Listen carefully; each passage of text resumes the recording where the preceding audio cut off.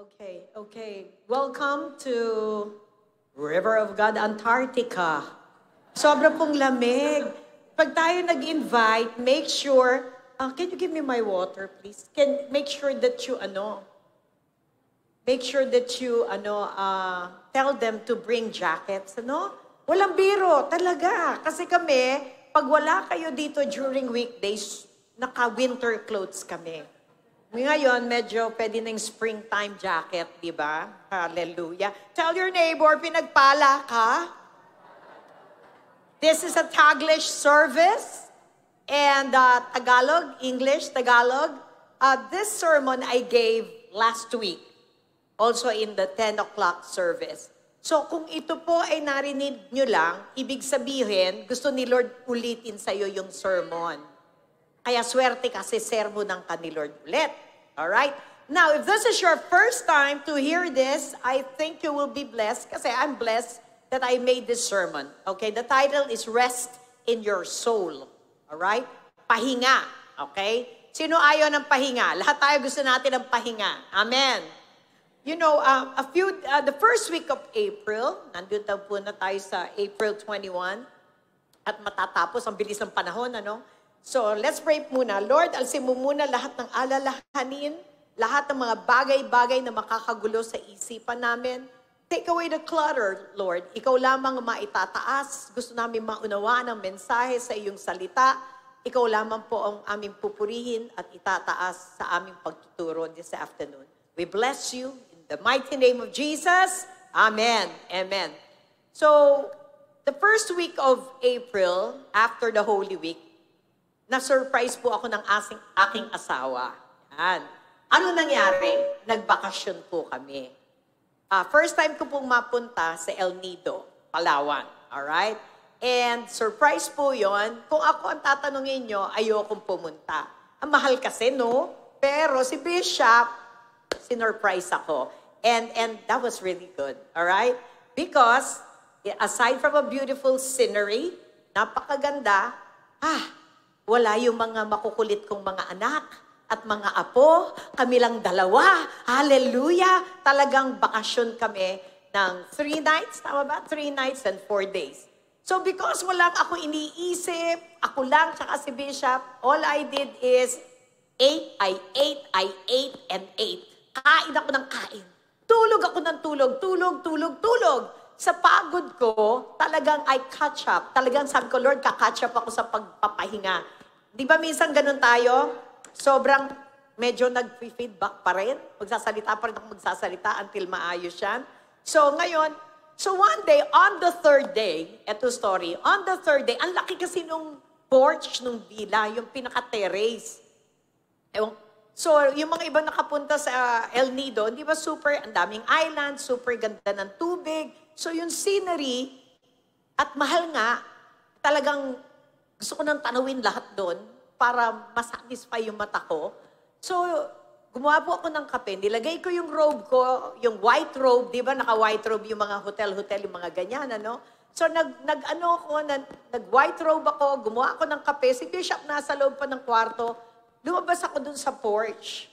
Habang nagwo-worship ako at tinitignan ko yung magandang view at yung tubig, kasi sobrang spectacular. So ngayon, parang nagkaroon po ako ng guilt.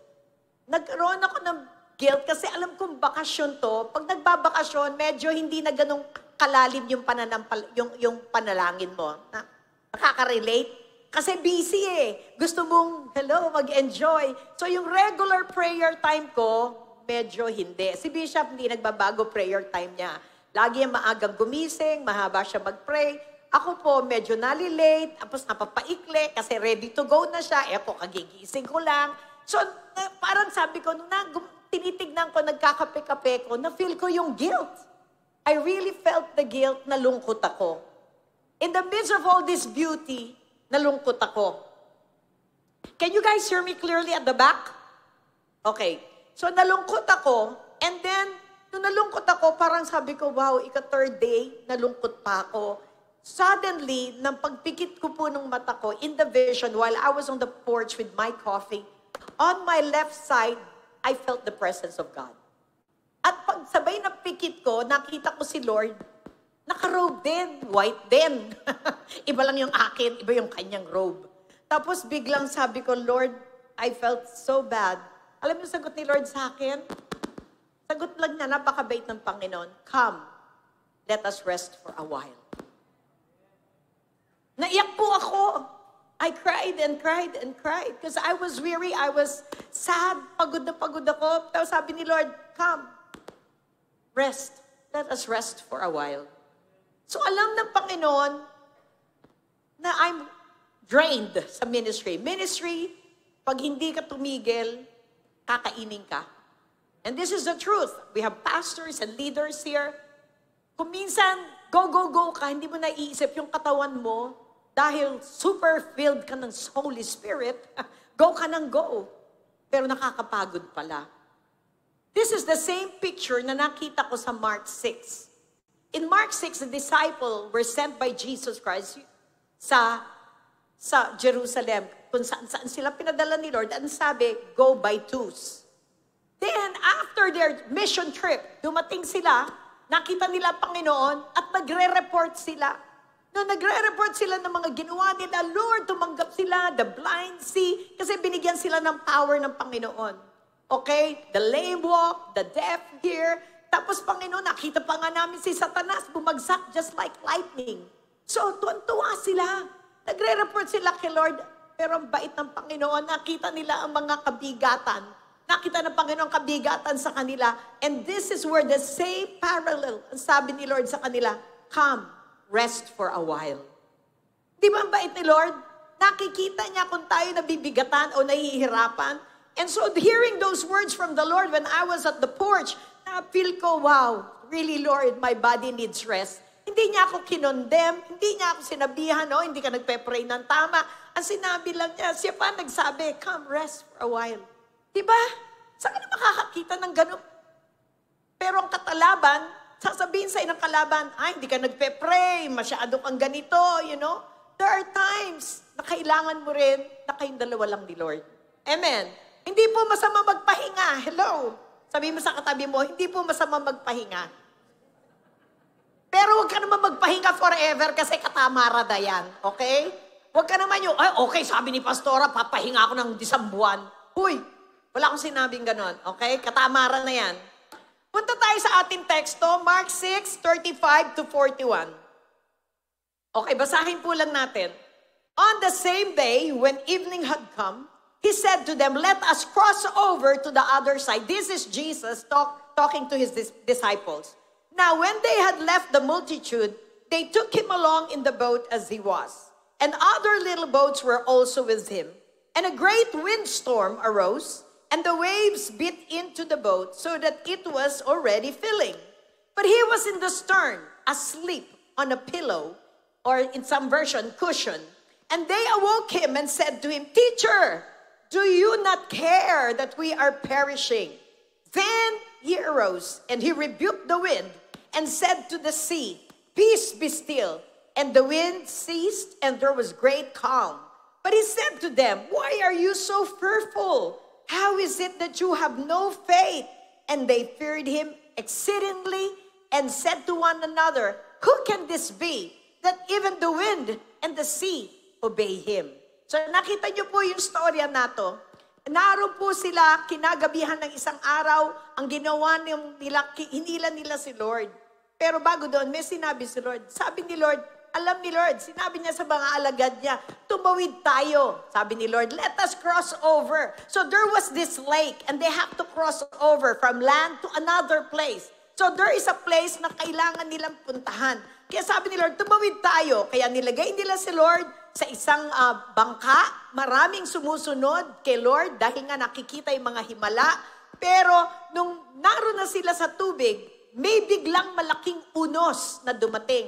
Dumating yung malalaking unos. It's a windstorm. Siguro, it's like a hurricane in proportion.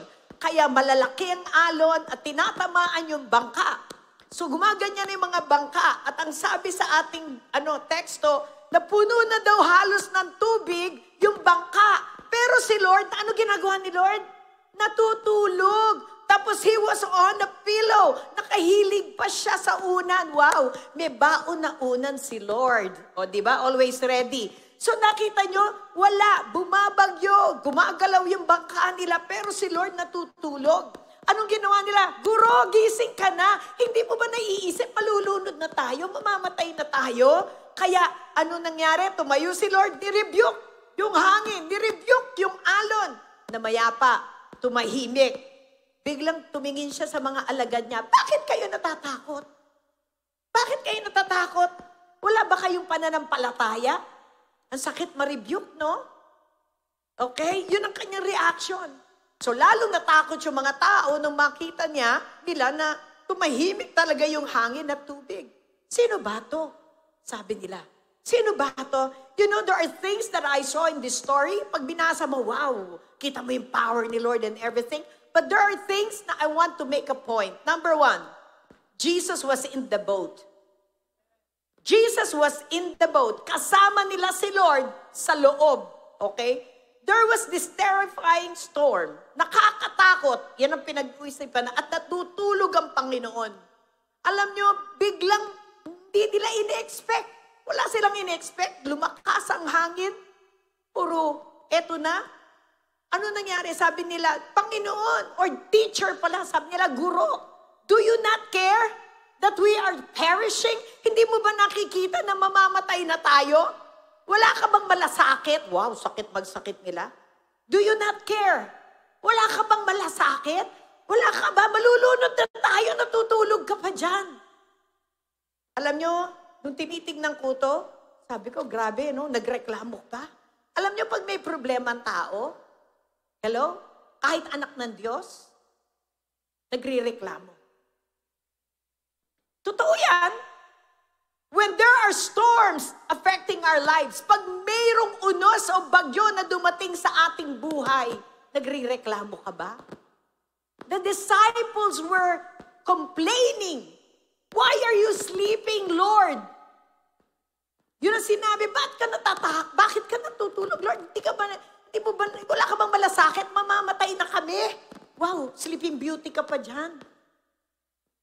Yan ang nakita nila. Pag may problema, ang nakikita natin, yung laki ng problema, puro hinagpis. Hello? Okay? Puro hinagpis, takot na takot sa mga pagsubok. Pero ang nakalimutan nila, hindi nila nakita na kasama nila ang Creator ng langit at lupa at ng tubig.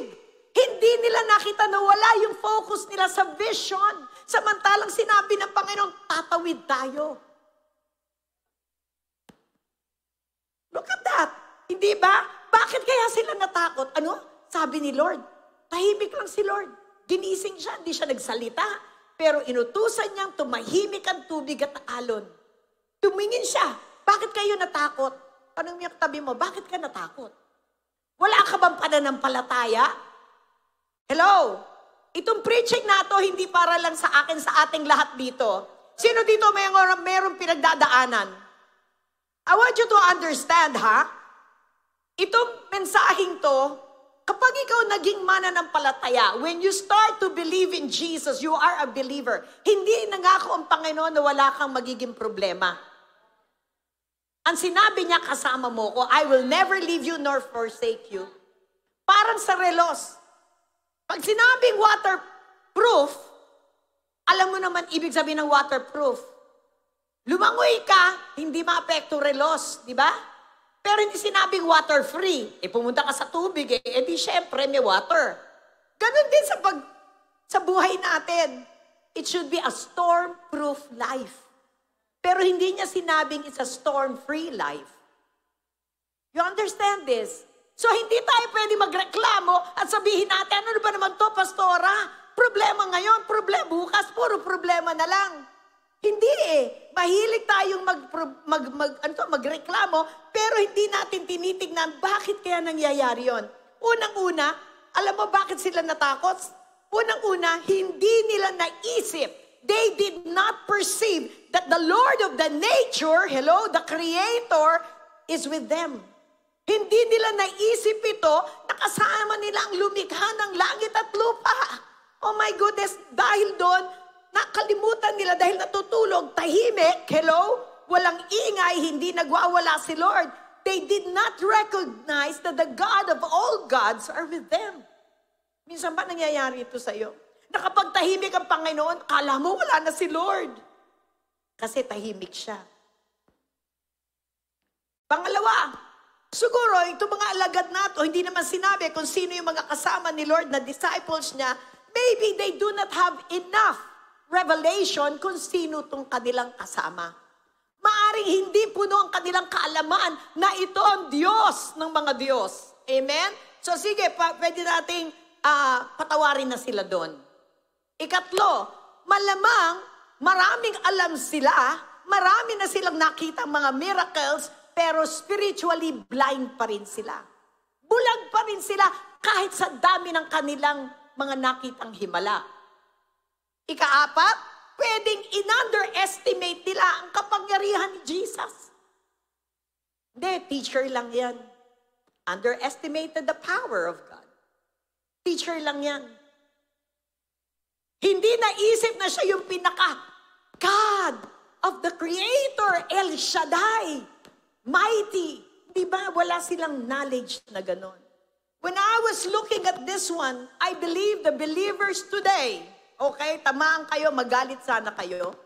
Dahil kasi marami sa atin, despite, okay, church, despite of all the sermons, despite of all the teachings, despite of all the mentoring and the rebuke na natatanggap natin, okay? Pero lagi pa rin natin nakakalimutan ang reality that Jesus is inside us.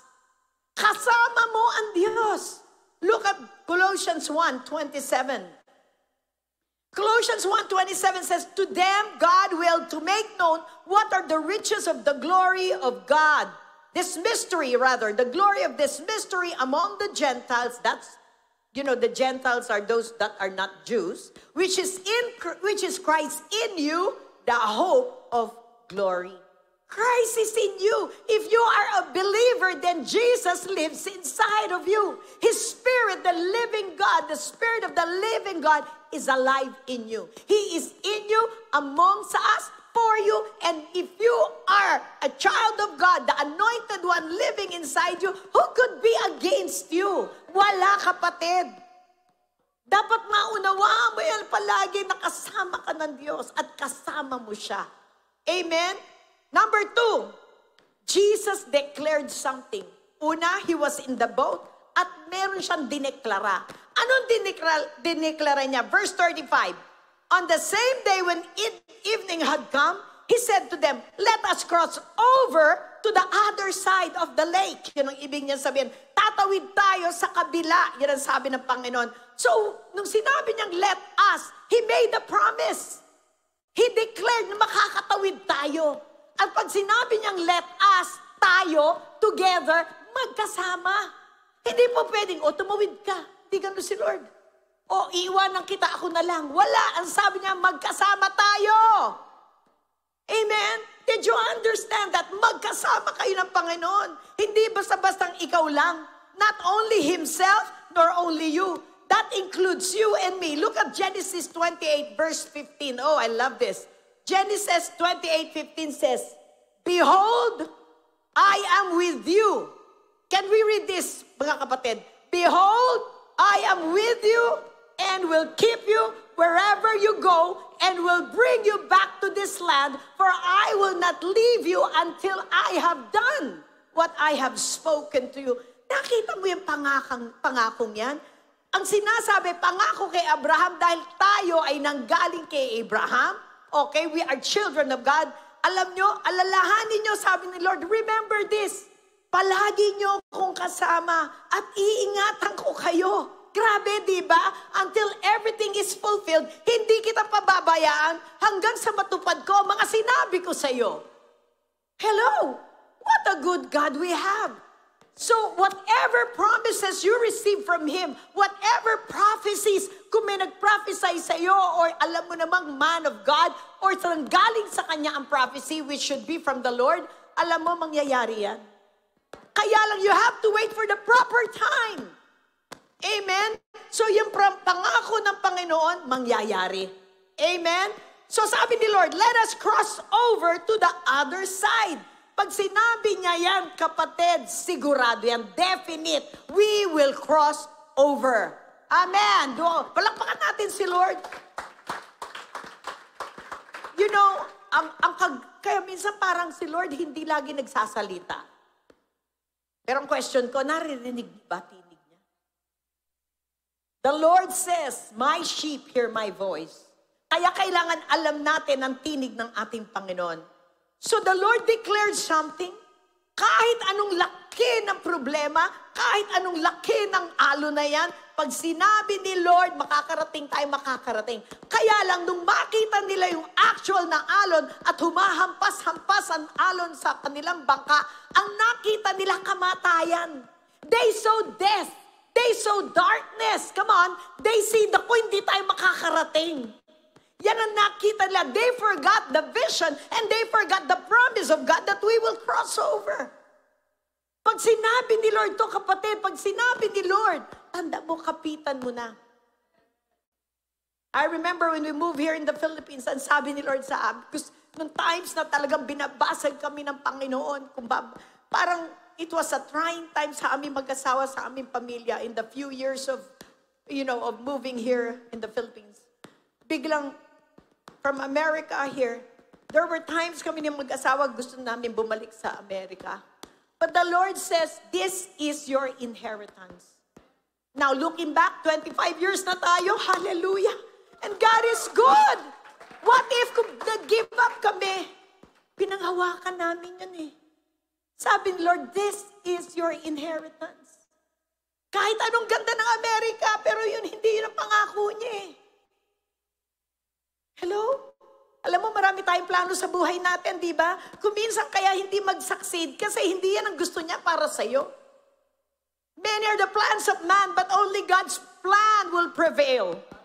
Kasi bago ka pa nagpaplano, kapatid, nakasulat na sa aklat ng buhay mo, Psalm 139:16, kung ano mangyayari sa'yo, bakit mo babaguhin? Kaya hindi ka maging matagumpay eh. Di ba? Alam na ni Lord kung ano mangyayari sa'yo. Kaya natutuwa ako eh. Kaya Lord, salamat po. Kung alam na ni Lord ang mangyayari sa'yo, magtiwala ka na lang. He knows the proper time kung kailan mangyayari yung mga prophecy sa'yo. He knows yung future mo more than anyone else. Kaya kailangan mo ng malalim na relasyon sa Panginoon para alam mo ang iyong direksyon. Ang tao magsasalita na magaganda, mga plano, pero kung hindi yan ang plano ni Lord, hindi yan pagpapalain. Yan ang totoo. Hindi lahat ng bagay masaya, maganda. Ang importante, nasa equation ba ang Panginoon? Amen. 1 Peter 1, verse 5. 1 Peter 1, verse 5. Who, mga believers, are kept by the power of God through faith for salvation, ready to be revealed in the last time. Ito po sa pamamagitan daw ng ating pananampalataya, kaya tayo iniingatan ng kapangyarihan ng Diyos. Kaya tinitignan ni Lord ang faith mo. Saan naka-angkla? Saan naka-anchor ang iyong pananampalataya? Sa tao? Sa katalinuhan mo? Sa lakas mo? O sa Panginoon? Amen? Kailangan natin to. Isaiah 55:11. Ano sabi dito? So shall my word be that goes forth from my mouth. It shall not return to me void, empty, without producing any results. Yan ang ibig sabihin ng Panginoon or effects. But it shall accomplish what I please. And it shall prosper in the things for which I sent it. So sinasabi po ng Panginoon dito sa Isaiah 55, ganyan ang aking mga salita. The word of God, the promises of God, all the words that He said to you, hindi ito mawawala ng kabuluhan, kundi isa sa katuparan nito ang kanyang mga sinabi at isasagawa ang kanyang mga layunin sa buhay mo. Church, kapag may pinanghahawakan ka, mangyayari yan. Kung alam mo at nananampalataya ka, it makes God happy. It makes Jesus happy. It makes the Holy Spirit happy when the word is sent to you and you listen to the Lord, and all these promises, gusto ng Panginoon mangyari ito. Pero tinitignan ng Panginoon yung pananampalataya mo. Even with visions, when I pray and I see a vision, when I pray, I declare it, Lord, hindi to future, ngayon na. Ang tagal pa kasi, Lord. Ngayon, habang tumatakbo ang araw, yung dating ngayon mo na, yun yung future, nangyayari. Mangyayari pa rin yan. Sabi mo sa katabi mo, mangyayari ito. Mangyayari mga pangako ni Lord sa'yo. It will be accomplished. You know, tingnan nyo itong senaryo, ha? Ang lakas ng hangin. Nakasakay na ba kayo sa bangka? Na-experience nyo na ba yung gumaganyan-ganyan ng bangka o barko? Di ba nakakatakot kung sa aeroplano, ganun din? Ang hirap. Nakakatakot. Lalo na kung hindi ka marunong lumangoy. Di ba? So, yan pa. So, ito nakita nila ang higanting mga alon at walang sleep. Tapos nakita nila si Lord peacefully sleeping. Walang pakailam. May unan pa. Wow.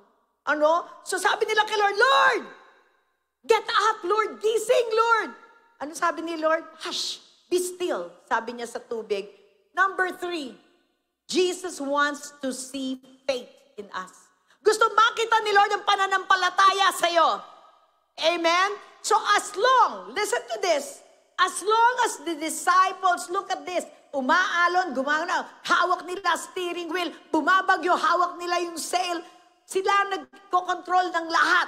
As long as you, the disciples, control your future, your situation, ang Panginoon magpapahinga.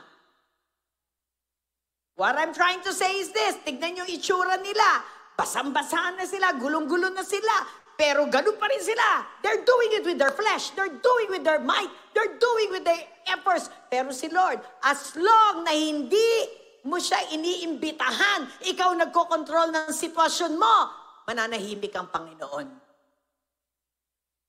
Kasi kinakaya mo, hindi naman kaya ng powers mo. Hello?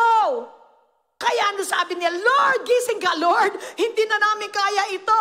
Hindi na kaya ng powers na ito. Take control. Ikaw na, Lord. Gising ka na, Lord. We are giving our cares to you. We are giving our burdens to you. Pero sabi ni Lord, peace.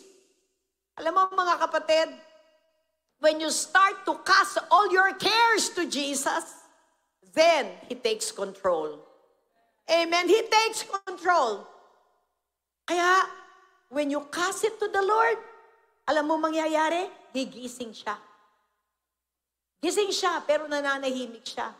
When you cast all your cares, alam mo kay Lord, si Lord ang may control ng buhay mo, tignan mo yung katabi mo, sabihin mo, ikaw naman ang matutulog. Ikaw naman magpapahinga. Do you understand what I'm saying? Ganyan yan eh. He will, if you allow Him to control your life, kapatid, ikaw ang magpapahinga naman. Where you end, God begins. Amen? Kasi kinakaya mo eh. Na-rebuke na ako ni Lord niyan dati. For 3 years, I was in the wilderness. Kinakaya ko ng kinakaya. Hanggang dumating ako sa subsub na ako, wala na akong ibabagsak. Sabi ko, Lord, hindi ko na kaya. Sabi ni Lord, hinihintay ko lang naman eh. Where you end, I begin. Kung may pagsubok ba? Meron ka bang pagsubok? Tingnan mo yung katabi mo. Mukhang wala, no? Magaling magdala. Okay? Ayoko niyan. Papangit ka. Hello? Ayaw ko niyan. Kaya nga, gumising tayo. Bumabagyo na ba? Humahampas bang alon sa'yo? Kaya nung sumigaw itong mga disipulo, takot na takot sila. Gumising si Lord. Gumising si Lord. Amen? Ibig sabihin nun, hindi siya makikialam hanggang ikaw may hawak ng steering wheel ng buhay mo. Ikaw ang naggagawa ng direction mo, hindi siya. Kaya naging problema. Saints, you know, I don't want you to get this wrong. What I'm saying is when you are facing storms or problems in your life, kung may mga trials, may troubles, which is important as a believer because doon ka lumalago. Endurance. There is a spiritual growth. May maturity na nangyayari sa'yo sa bawat pagsubok. Hello, do you hear me? So, ang ibig ko lang sabihin do, take responsibility of the situation. Being responsible ka kung naroon ka sa pinakamahirap na part ng buhay mo. Gawin mo lang ang dapat, but never take control. Never take control. God is in control, not you. Let His will be done, not you. Amen. Okay. Number 4. Binigyan ako ng 20 minutes. Kakaunti. Jesus was, kanina pa yon. Kaya lang, ngayon ko lang sinabi. Kaya nakasave akong 10 minutes. Jesus wants you to take His yoke. Matthew 11:28-30. Ano yung parang popcorn dyan? Narinig niyo ba yun? May nagluluto ba dyan sa microwave? Hello? Come to me! Come to me! Sabi dito ni Lord, all you who labor and are heavy laden, and I will give you rest. Take my yoke upon you and learn from me. For I am gentle and lowly in heart, and you will find rest for your souls. Wow. For my yoke is easy and my burden is light. Wow. Ang sabi ni Lord, lumapit kayo sa akin. Sabi ni Lord, lahat na nahihirapan. In some version, lahat na napapagal. Lahat na pagod na.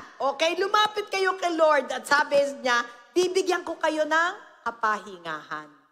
Amen? So, pasanin daw natin yung kanyang pamatok. That is a yoke. Kung nakakita kayo ng mga pictures ng mga oxen sa mga farms, merong kadalasan, yung yoke, yung parang kahoy na nilalagay sa leeg. Normally, in farming, kapag may yoke, merong isang matured or old oxen, tapos ox, and then merong isang smaller ox.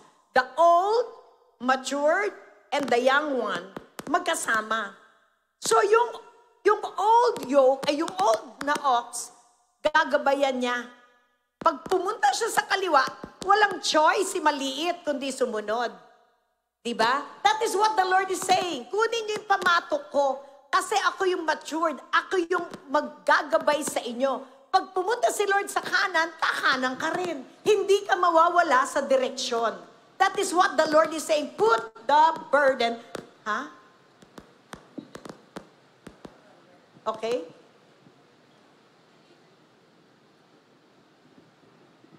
It's okay. So, ano mangyayari daw? Alright? Okay. Naluto na yung popcorn. Okay. Okay, ano po. Tapos na raw. Okay, good. So, kaya kayo daw ay makakatagpo ng kapahingahan. Hello? Kaya sapagkat madali daw yung mag-aangang kanyang pamatok. Do you understand this? So you need to always be connected to the Lord. Always remaining by His side. Never go front, never go ahead of Him or behind. Just walk alongside the Lord. Yan ang ibig niyang sabihin. And then, look at this, verse 29. Take my yoke upon you and learn. Matuto ka sa akin and you will find rest for your... Pakiulit. See, the problem is not in your spirit. The problem is in your... Walang problema sa spirit mo eh. Once you have received the Lord, you have a regenerated spirit. But your soul is not yet changed. It's not yet transformed. That's why sinasabi sa Romans na kailangan, Romans 12, you need to transform your mind. Renew your mind so that it will be aligned with the Scripture. So ito nakakalimutan ng mga anak ng Diyos. Hindi, the problem is not in your spirit. It's in your soul. What is in the soul? Your mind, yung isip, your will, yung kalooban, right? And yung emotions mo, yung damdamin mo. Yan ang dapat mong baguhin. Your soul has to come to rest. Kailangan magpahinga in order for your spirit to flow alongside. Hello? Naintindihan to? Kapag kailangan ng pahinga ng yung soul, which is so important, kailangan to para yung spirit mo mag-flow na maganda. Magkaroon ka ng panibago pag-iisip, ng yung isipan mo. Kaya ang nangyayari, alam ko mabigat to, it is not easy to make your soul rest. It is not easy to bring your mind into rest. It is not easy to bring your emotions to rest, lalo na kung may galit ka or bitterness. It's not easy to change your will. May gusto ka pa, susundin mo yung kay Lord. I know it's not easy. Why? Because humans always want to control. Diba? Para yung mga babae, submit to your husband. Gusto mo, kontrolin mo asawa mo. Uy, ang sakit. Pero, ayoko nun. You okay? Pero yun ang utos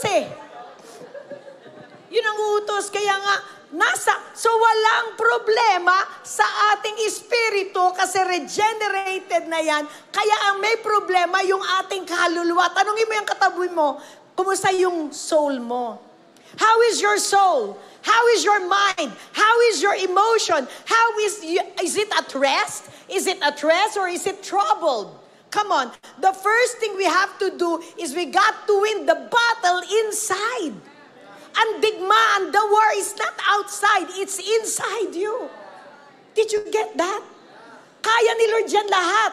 Yung battle na yan, kahit ano pa nangyayari, kahit anong laki ng problema, ang may problema tayo, nasa loob ang digmaan. It's in your soul, and your soul need to align what the scripture is saying. It needs to be aligned what the Spirit is saying. Alam nyo, kapag ang puso mo, o yung kaluluwa mo, yung soul mo, at yung spirit hindi aligned, alam nyo nangyayari, it creates a tension and stress to your body. Kaya marami may anxiety, maraming may depression, maraming hindi makatulog. Dahil kasi hindi aligned. Ang isip mo, isip ka ng isip, worry ka ng worry. Wala naman, hindi ka makatulog. Tapos it's putting a destructive toil in your body. Kaya marami nagkakasakit. Because you put pressure, you put tension. Diba? Kailangan mo magpahinga. Sabi mo sa katabi mo, pahinga ng iyong kaluluwa. We need, if you want to be victorious, what is important is you need to win the battle inside. This mind, your heart, amen, yung emotion mo and the will. Unless your soul is in position of rest, aligned with your spirit, when it doesn't, there is a tension na mangyayari. Kaya minsan marami tayong aches and aches. I'm not excluded. Lagi ako may ganyan. Okay? Siguro yung isip ako ng isip, marami. Kaya, yung physical mo, yun na nasasacrifice. Pero nagbakasyon kami, salamat sa Panginoon. Siguro talagang kailangan ko. Amen? Kasi alam ni Lord, salamat at ginamit si Bishop. Thank you, Jesus. Thank you, Jesus. This tension, marami talaga nangyayari. It's time to renew your mind. Romans 12:2, and do not be conformed to this world, but be transformed by the renewing of your mind, that you may prove what is that good and acceptable and perfect will of God. It's a must. Kailangan matransform yan. Matransform tayo, hindi tayo pwedeng umalign sa mundo because we are not people of this world. We are kingdom people. We belong to God. That's why the new person, kapag ikaw na born again, yung bagong nilalang, you will become now a new creation. That new person, ito ang magkakaroon ng kingdom mentality. Iba ka na dapat mag-isip, kapatid. The old nature is dead. You are now a new person, a new creation. Hallelujah! Kaya yung mga dating pamaraan mo, baguhin mo na. Sabi mo sa katabi mo, baguhin na natin. Handa si Lord na baguhin ang ating pag-iisip. Only until you change your mindset, then, hindi ka talaga magtatagumpay hanggang hindi mo binago ang pag-iisip mo. Align mo sa scripture because you need, your mind, your soul need to come to rest. Alam ko, hindi madali itong sinasabi ko, but God promises rest. Nagpasabi ni Lord that you will have rest for your soul. Kapag daw mag-yoke ka sa Panginoon, to be close to Him. And you know what? The opposite of faith is fear. Yan ang naging problema sa mga disciple. Wala silang trust kay Lord, kahit kasama na nila si Lord. Pero if you will put your 100% faith in God, then you would know your life, your calling, your business, your destiny, everything will be aligned. You will be victorious. Every area of your life. The opposite of faith, sabi ko, is fear. You know, ganyan ang nangyari sa mga disipulo eh. Nakita nila kung gaano kalaki ang alon at nagkaroon sila ng takot. Kaya ano nangyari? Sabi ni Lord, bakit ka natakot? Wala ka bang pananampalataya? Araw-araw mo akong kasama? Nakita mo mga himala? Tapos ganyan ka pa? Minsan parang ganyan ba? Kung marinig lang natin si Lord, alam niyo, ilang beses na ako na-rebuke ni Lord. Ang sakit mag-rebuke ni Lord. Hindi English, Tagalog. Nire-rebuke niya ako Tagalog. Mas masakit, aray. Okay, good. Hindi kinikiliti ni Lord ang aking tenga. Pinapagalitan niya ako kasi alam niyang mali ako. So ano ba yung takot? What is fear? Fear is saying, I don't trust God. Fear is saying, I don't think God can make me cross over. I don't think hindi niya ako madadala doon. But you know, in 2 Timothy 1:7, alam mo, ang fear, ang takot, sinungaling yan eh. That is a lie. Fear is a liar. It's a demon. For God has not given us a spirit of fear, but a power and of love and of a sound mind. Hindi tayo binigyan ng Diyos ng espiritu ng pagkatakot. Sa halip, binigyan niya tayo ng espiritu ng kapangyarihan, pag-ibig at maayos na pag-iisip, kapatid. A disciplined mind. Dahil 5 minutes na lang ako, bilisan niyo rin ang pakinig sa akin. Ang bilis ko na nga magsalita.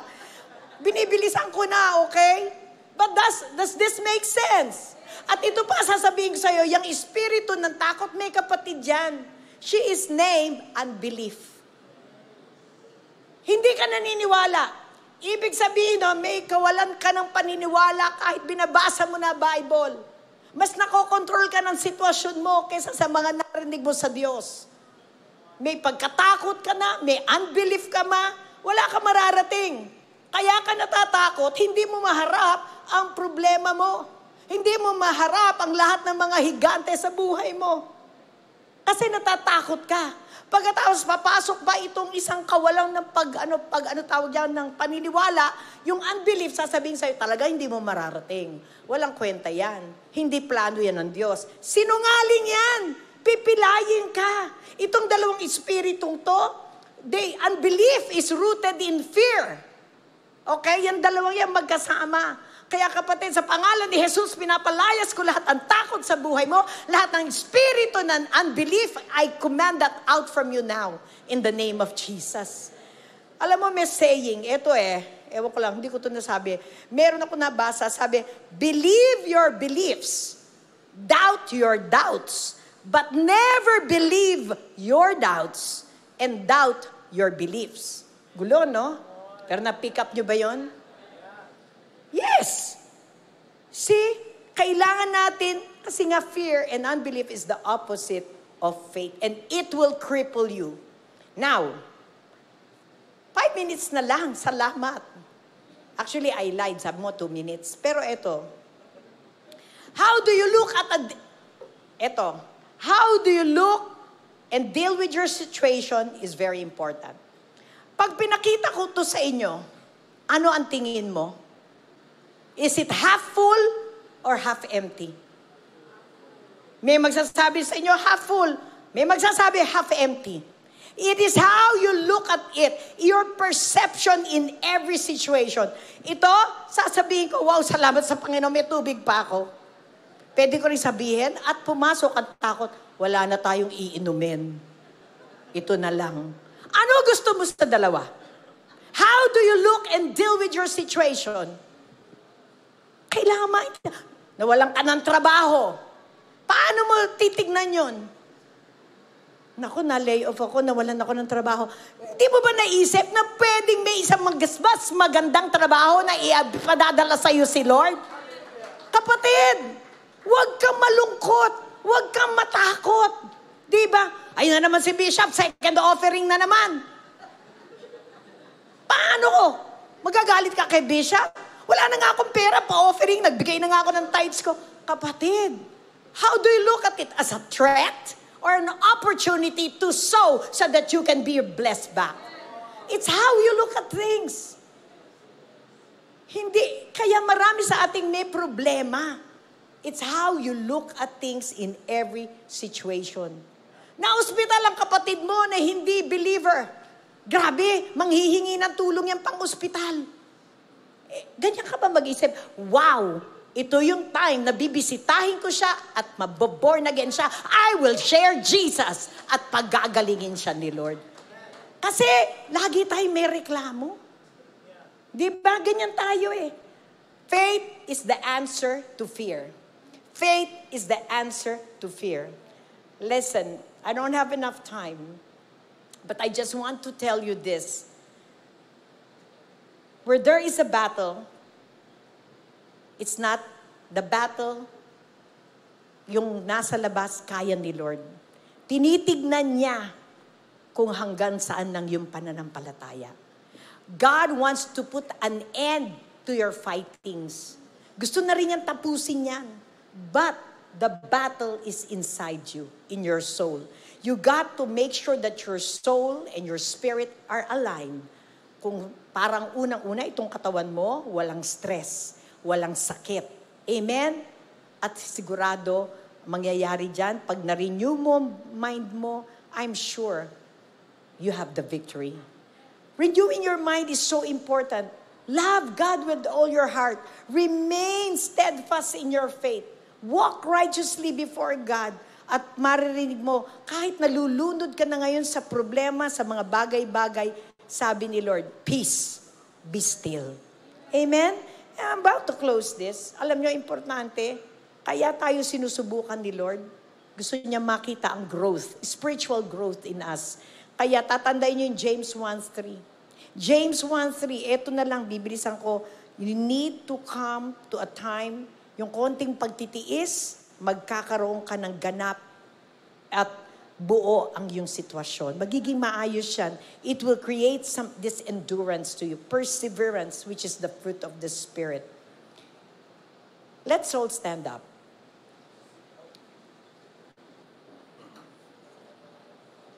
Nung nag-aaral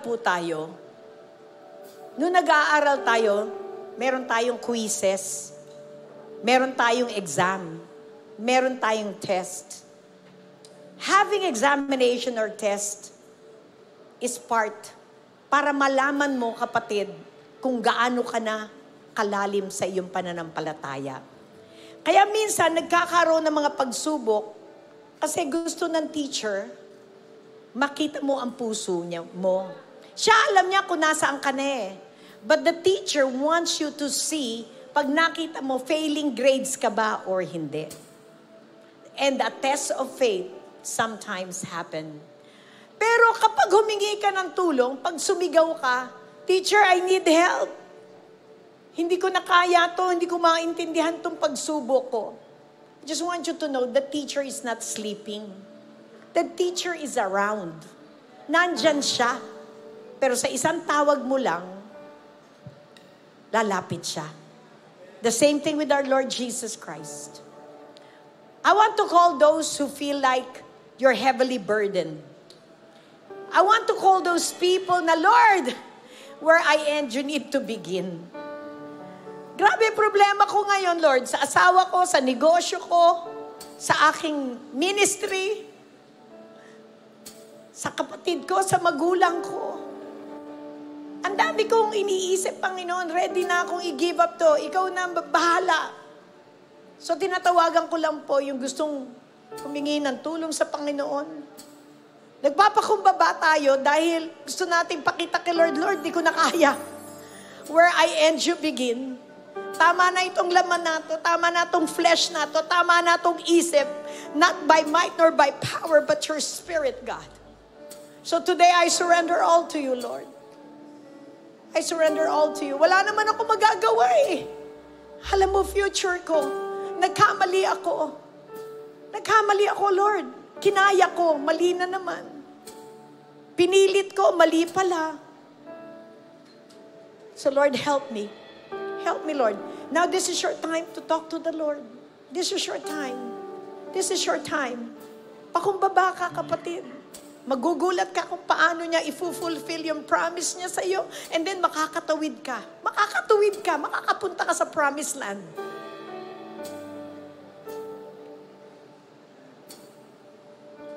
Thank you, Jesus. Talk to the Lord. Just lay it down to Him. You're the best person na makakapag-pray para sa sarili mo. Hide me now under your wings. Thank you, Jesus. Pastors, just be ready. But let them give a moment. Surrender it to the Lord. In your mighty hand. Lord, pagod na kami. When the oceans rise and thunders roar, I'm tired and weary, Lord. I will soar with you above the storm. Father, you are king over the flood. Thank you, And Lord. I will be still, know you are God.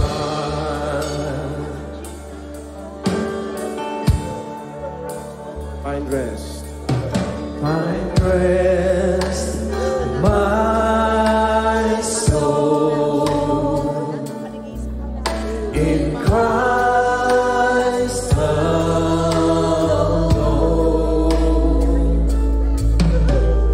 Know His power in quietness and trust. When the oceans rise and thunders roar, I will soar with you above the storm.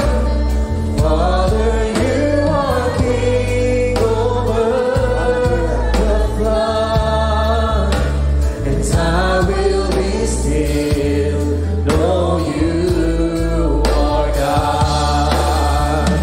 When the oceans rise and thunders roar, I will soar with you above the storm. Father, you are king over the flood, and I will be still, know you are God.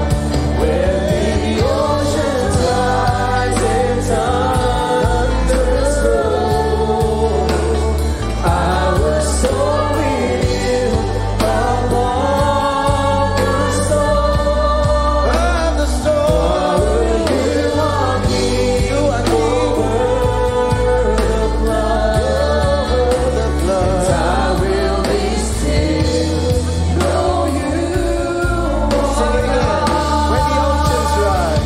when the oceans rise and thunders roar, I will soar with you above the storm. Father, you are king over the flood, and I will be still, know you are God.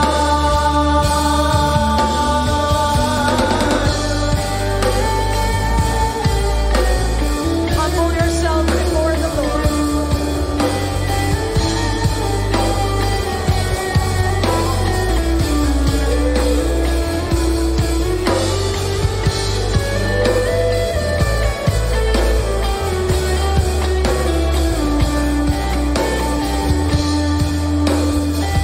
Now sing it. When the oceans rise and thunders roar, Hallelujah. I will soar with you above the storm. God. Father, you are king over the flood, and I will be still and know you are God. I will be still. I will be still.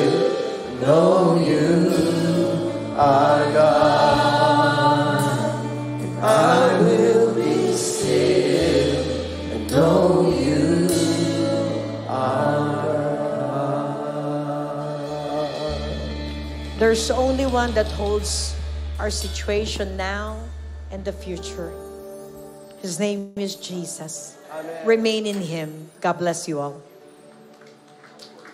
Anyone who is sick, if anyone is sick, meron po bang may sakit?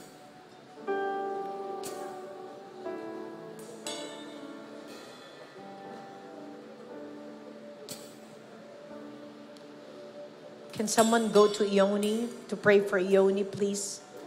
I believe you're my For those who are sick, you can come to the front. I believe Yes.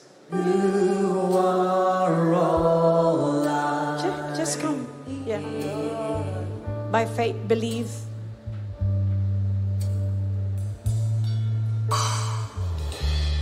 And I believe you're my portion. I believe you're more than enough for me. Jesus, you're all I need. Nothing is impossible for you, Lord. Nothing is impossible for you. Nothing is impossible for you. Nothing is impossible for you. You hold my world in your nothing is impossible for you. Nothing is impossible for you. Nothing is impossible for you. Hallelujah. Thank you, Lord, for your healing. Thank you, Lord, for your healing. Thank you, Lord, for your miracle. In Jesus' name we pray. Thank you, Father. Thank you, Holy Spirit. Amen and amen.